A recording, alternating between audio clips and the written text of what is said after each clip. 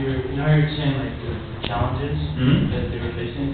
Like what's kind of one of the benefits of doing like the responsible tourist groups as opposed to taking a cruise? Exactly.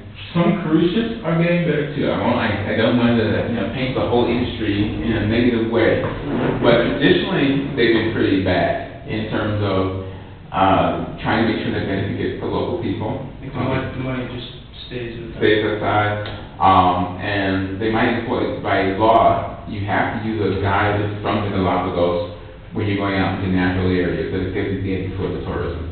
So they might contract, somebody from the Galapagos for it to be the guide, but the cooks, everybody else aboard the ship, from abroad or from the mainland, okay, they use lots of fuel. They also, like other cargo ships too, sometimes use ballast water, and so they would take water on somewhere else and then bring it to the Galapagos and dump it when they got more weight on it, stuff like that. And so new species were being introduced into the marine environment. They were bringing in lots of different kinds of fuel, and using this fuel, including the Galapagos trash disposal, was not great. There's actually some areas, it's not all due to the cruise ships. It comes from other areas as well, but there are areas where the currents bring in tons of plastic trash to the Galapagos, and some of it you can definitely recognize the brands that came on cruise ships. The trash is visit dumps. So beach cleanups can be very important too. But like in the programs, what are they doing? Like when they take them out for the day tour or whatever, is it just, are they just kind of walking around, just like tourist stuff? Yeah, going back to the difference between responsible tourism and other kinds of tourism, basically.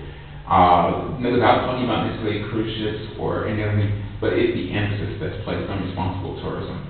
It's the emphasis in minimizing environmental impacts, trying to minimize the amount of trash that's created, and anything that's created is brought out. Okay, making sure that there's local benefit, both economic and social benefit for the communities nearby. Okay, in a sense, making sure that the tourists are informed about what the real problems are. You may remember that I mentioned before that people could visit the Galapagos without ever knowing that people lived in the Galapagos, or without ever realizing that there might be conservation problems. So, raising awareness is also an important component of responsible tourism. While I don't consider myself by any means to be an expert on many of these things, the fact that Lead Adventures has asked me to give this kind of talk to you guys is, one element of responsible